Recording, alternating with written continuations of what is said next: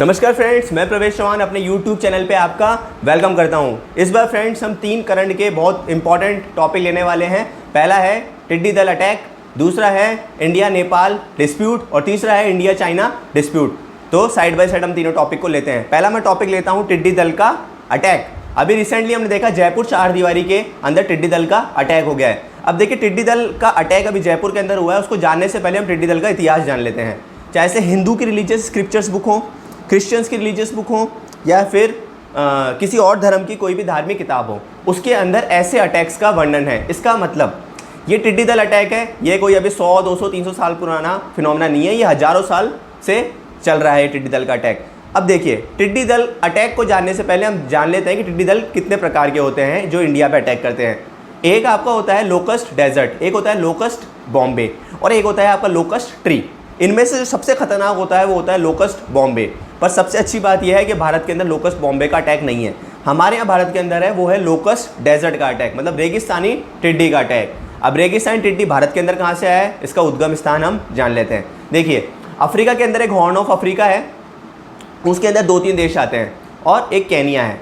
यहाँ से इन टिड्डी दलों ने उद्गम किया इस साल। अब देखिए इस साल ये उद्गम क्यों हुए टिड्डी दल, क्योंकि अफ्रीका के ये जो प्रांत है ये अफ्रीका कॉन्टिनेंट के पूर्वी साइड में आता है, ईस्टर्न साइड के अंदर आता है। इस बार क्लाइमेट चेंज के कारण यहाँ पे क्या हो गई है, वर्षा हो गई है। इस वर्षा से इन टिड्डी दल को क्या मिल गया, मॉइस्चर मिल गया। इस मॉइस्चर मिलने के बाद इनको इनकी यहाँ पे ब्रीडिंग हो गई और बहुत सारी हज़ारों लाखों की संख्या में ये ब्रीडिंग करने के बाद वहाँ से निकल के ये आगे चल गए। आगे जब ये गए तो ये गए ईरान के अंदर, ईरान से कहाँ आए ये पाकिस्तान में, और पाकिस्तान में इन्होंने वापस ब्रीडिंग करी और ये कहाँ गए अब इंडिया में, गंगानगर के रास्ते से। अब इंडिया के कौन कौन से राज्य हैं जो इन्होंने प्रभावित कर दिए हैं, अपना राजस्थान, यूपी, एमपी और पंजाब। अभी तक इन्होंने इन राज्यों को बहुत ज़्यादा प्रभावित कर दिया है। एग्रीकल्चर डिपार्टमेंट की अगर रिपोर्ट को हम माने तो 1,23,000 हेक्टर स्क्वायर किलोमीटर इन्होंने अभी तक डिस्ट्रॉय कर दिया है। और अभी ये किसकी साइड जा रहे हैं, ये जा रहे हैं साउथ की साइड, क्योंकि माना जाता है विंड की डायरेक्शन लेते हुए आगे बढ़ते हैं। अब देखिए टिड्डी दल को रोकने का कोई उपाय है क्या।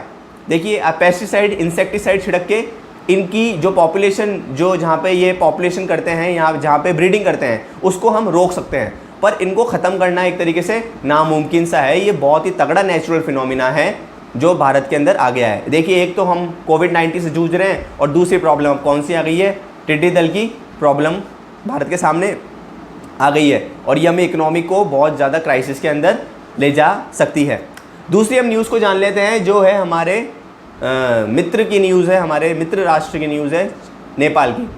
देखिए नेपाल का हम पिछले 3-4 साल से देख रहे हैं, थोड़ा मूड चेंज हो रहा है। मूड चेंज होने का कारण क्या है, वहाँ पे कम्युनिस्ट गवर्नमेंट का आना। जब से कम्युनिस्ट गवर्नमेंट नेपाल के अंदर आई है, हम सब जानते हैं कम्युनिस्ट गवर्नमेंट के रिलेशनशिप चाइना से बहुत ज़्यादा अच्छे हैं। 2015 का जो इकोनॉमिक ब्लॉकेड हुआ था, उसके बाद एंटी इंडियन सेंटिमेंट्स नेपाल के अंदर बहुत ज़्यादा जाग गए हैं।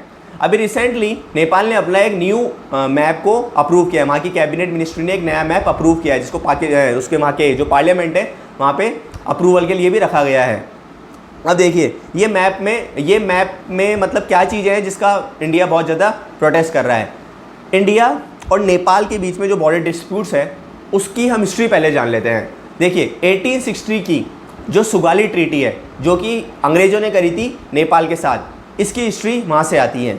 जब ब्रिटेन का यहाँ पे राज था तो नॉर्दर्न साइड्स में उस टाइम 3 किंगडम्स, बड़े बड़े जो राजाओं के राज थे वो थे।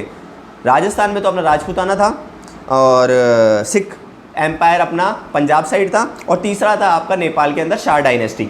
ये तीनों डायनेस्टी ने ब्रिटिश इंडिया का रास्ता रोक रखा था नॉर्थ में जाने के लिए, उत्तर में जाने के लिए। तो ब्रिटिश के लिए बहुत ही ज़्यादा ज़रूरी था इन तीनों किंगडम को चेक करना। तो ब्रिटेन ने स्टार्ट कहाँ से किया कि पहले हम चेक करते हैं शाह डायनेस्टी ऑफ नेपाल को।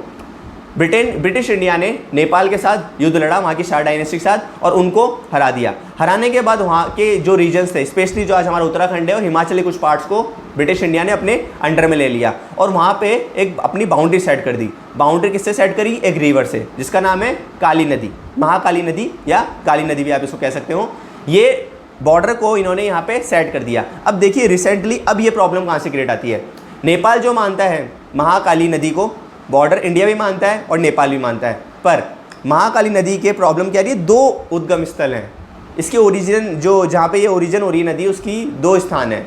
एक स्थान को तो भारत बॉर्डर मानता है और एक को कौन मानता है, नेपाल बॉर्डर मानता है। 1996 के अंदर इन दोनों के बीच में एग्रीमेंट भी हुआ था इस नदी को बंटवारा जो हमारे ज्योग्राफिकल मानने का, पर वो अभी तक सक्सेसफुल नहीं हुआ है। अब देखिए रिसेंटली नेपाल इसका क्यों विरोध कर रहा है। हमारा जो कैलाश मानसरोवर रास्ता है, जो भारत के बहुत सारे हमारे श्रद्धालु हैं वो इंडिया से कहाँ जाते हैं, मानसरोवर में जाते हैं। अब देखिए उस रास्ते में अभी तक हमने 80 किलोमीटर की रोड तैयार कर ली है, पर अभी रिसेंटली हमने हमारा बॉर्डर रोड ऑर्गेनाइजेशन है जो कि हमारे स्ट्रेटेजिक रोड बनाता है, जो कि बॉर्डर रीजन्स हैं उसके अंदर, तो 80 किलोमीटर से रोड बना लिया था। पर अभी रिसेंटली इसने क्या करा, बॉर्डर पे भी रोड बनाने की कोशिश करी, जिसका नेपाल ने क्या कर दिया, विरोध कर दिया इसका बहुत बुरी तरीके से।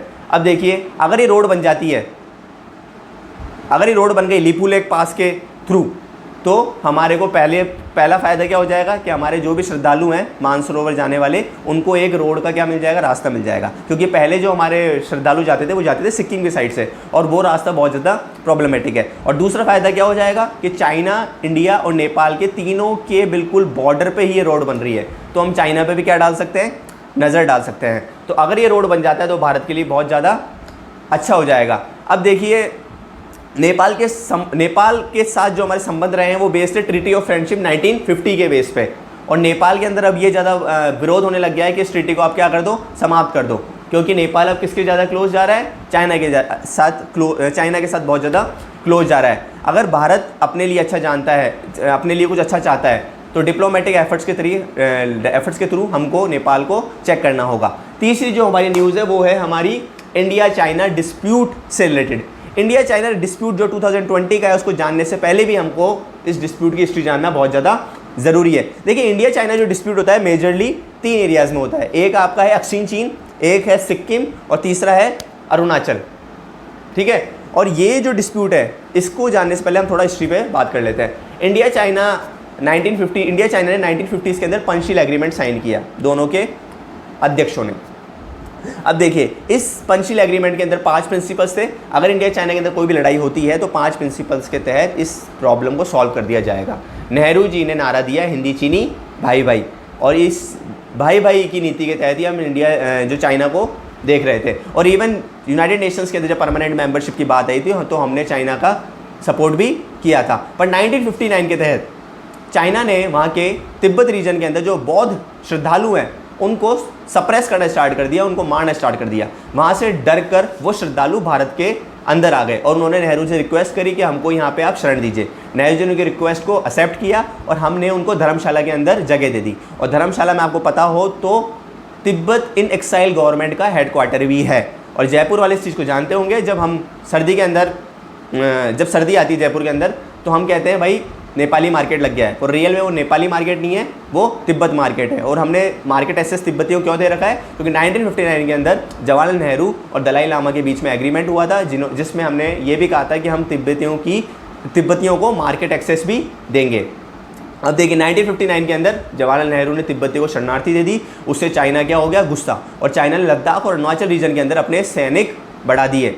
और उसको चेक करने के लिए जो ब्यूरोक्रेट्स थे उन्होंने नेहरू को बोला कि you should come up with a forward policy. Forward policy का मतलब क्या है कि चाइना के पास वाले जो इलाके हैं उसमें हमको सैनिकों के बंकर और टेंट बना देने चाहिए। ये सैनिक के जो टैंक और ये बंकर्स वहाँ पे जब बन गए तो उससे गुस्सा हो गया चाइना। अब देखिए चाइना 1959 के स्टेप से और फॉरवर्ड पॉलिसी से ही केवल गुस्सा नहीं हुआ है, वो पहले से ही अपना एग्रेशन दिखाने लग गया था। अब वो एग्रेशन क्यों दिखा रहा है इसका रीज़न आज भी इंडिया को पता नहीं है। फॉरवर्ड पॉलिसी के बाद 1962 के अंदर वो फाइनल मौका आ गया जब चाइना ने अपना असली रंग दिखा दिया। लद्दाख के अंदर उसने भारत पे अटैक करा अक्सिन चीन के थ्रू, और यहाँ पे दूसरी साइड से ईस्टर्न साइड में अरुणाचल पे भी अटैक कर दिया। जब इसने अक्सिन चीन के थ्रू साइड से अटैक किया तो वहाँ पे हमारे राजस्थान के जोधपुर के मेजर शैतान सिंह जी भाटी ने उनका बहुत अच्छी तरीके से सामने किया और हमारे 114 सैनिकों को शहादत देनी पड़ी, और मेजर शैतान सिंह जी को भी उस टाइम शहीद होना पड़ा। और जब अरुणाचल साइड की बात करें तो चाइना ने अरुणाचल पर अटैक करते हुए आसाम के अंदर तक चाइना उस टाइम आ गया था। उस टाइम हम माने या ना माने पर वो हमारे लिए सबसे दुखद मौका था कि हम चाइना से हार चुके थे। हमारे माननीय प्रधानमंत्री जी ने 3 भाषण दिए उस टाइम पे, और जब आप तीनों भाषण यूट्यूब पे सुनेंगे तो उस भाषणों से आप अंदाज़ा लगा सकते हैं कि भारत उस टाइम कितना ज़्यादा कमज़ोर था। पर यह बात ध्यान रखना चाहिए 1962 का भारत अलग था और 2020 का भारत बहुत ज़्यादा अलग है, क्योंकि आज जो टाइम है वो है ग्लोबलाइजेशन का। चाइना का बहुत सारा मार्केट और इकोनॉमी इंडिया पे डिपेंडेंट है, और इंडिया की उस टाइम जो आर्मी हुआ करती थी, जिनके पास सुविधाएं नहीं थी, आज वो आर्मी भी नहीं है। हम भी बहुत ज़्यादा मॉडर्नाइज हो चुके हैं। तो चाइना अगर भारत पर अटैक करता है तो उसको 2 से 3 बार पहले सोचना पड़ेगा। अब देखिए चाइना 2020 के अंदर अटैक कहाँ कर रहा है और क्यों कर रहा है। देखिए चाइना 2020 के अंदर जो भी अटैक कर रहा है वो कर रहा है गलवान वैली, जो कि अक्सिन चीन के पास में है, और एक वहाँ पे लेक है, उसके पास में भी चाइना ने भी रिसेंटली अटैक किया था। अब देखिए इसने अभी करा है लद्दाख पर अटैक। 2017 में इसने डोकलाम के अंदर भी प्रॉब्लम क्रिएट करी थी, और उससे पहले 2018-19 के अंदर इसने अरुणाचल में भी प्रॉब्लम क्रिएट करी है। अरुणाचल को आज भी चाइना क्या मानता है, अपना ही पार्ट मानता है, और अक्सिन चीन को तो वो अपना पार्ट मानता है। उसके बाद वो LAC क्रॉस करके भी यहाँ पे 2020 के अंदर अभी आ गया है। देखिए चाइना और इंडिया के अंदर प्रॉब्लम का मेन इशू क्या है, मेन इशू है LAC, line of actual control. China के हिसाब से लाइन ऑफ एक्चुअल कंट्रोल कुछ और है, और इंडिया के हिसाब से लाइन ऑफ एक्चुअल कंट्रोल जो अक्सिन चीन के पास में है वो कुछ और है। दोनों की मैप वर्किंग है नहीं। जब चाइना को इंडिया बोलता है कि इस पे अपन मैप वर्क करके लाइन को डिमार्केट करते हैं, तो चाइना इस पे मना कर देता है। इसका रीज़न अभी तक भी किसी को नहीं पता है कि क्यों मना कर देता है। और अक्सिन चीन को भारत अपना पार्ट मानता है, क्योंकि अक्सिन चीन किसका पार्ट है, जम्मू एंड कश्मीर का पार्ट है, और चाइना ने उस पर क्या कर रखा है, कब्जा कर रखा है। जैसे पाकिस्तान ऑक्यूपाइड कश्मीर पे पाकिस्तान ने कब्जा कर रखा है, वैसे अक्सिन चीन पे भी किसने कब्जा कर रखा है, चाइना ने कब्जा कर रखा है। अब देखिए 2020 की जो लड़ाई है, जो चाइना अभी इतना ज़्यादा एग्रेसिव हो रहा है, इसके कारण क्या हो सकते हैं। पहला कारण हो सकता है अभी कोविड-19 के अंदर वर्ल्ड नेशन से इन्वेस्टिगेशन की बात करी है। 62 नेशन ने चाइना के खिलाफ इन्वेस्टिगेशन के लिए प्रस्ताव रखा है, और भारत ने उसका 100% सपोर्ट किया है। तो हो सकता है चाइना इस चीज़ से गुस्सा खा गया हो। दूसरी कारण हो सकता है बहुत सारी अभी चाइनीज़ कंपनीज़ कोविड-19 के बाद भारत के अंदर आने की बात कर रही हैं। तो चाइना भारत पे अटैक कर रहा है, या एक तरीके से बॉर्डर पे लड़ाई करने की कोशिश कर रहा है, जिससे वो जो कंपनीज़ हैं वो 2 से 3 बार सोचे भारत में इन्वेस्टमेंट करने के लिए। देखिए अटल बिहारी वाजपेयी के कुछ एक सेंटेंस है, वो मुझे इस टाइम पे याद आ जाता है, you can change your relatives but you can not change your neighbour. तो नेबर के साथ एक बहुत अच्छे संबंध हर किसी देश के लिए महत्वपूर्ण है, और भारत के लिए भी नेबर के साथ संबंध बहुत अच्छा रखना इम्पॉर्टेंट और महत्वपूर्ण है। अगर चाइना, नेपाल और पाकिस्तान ये तीनों किसी भी प्लेटफॉर्म पे अगर एक हो गए तो भारत के लिए प्रॉब्लम क्रिएट कर सकते हैं। हमको डिप्लोमेटिक एफर्ट्स के थ्रू इन तीनों देशों के साथ बात करनी चाहिए, क्योंकि अभी कोविड-19 है, हमारे इकोनॉमिक एक तरीके से क्राइसिस है देश के अंदर, और इस समय अगर कोई बॉर्डर डिस्प्यूट होता है तो ये हमारे देश के लिए बहुत ही ज़्यादा खतरनाक हो सकता है। जय हिंद, जय भारत।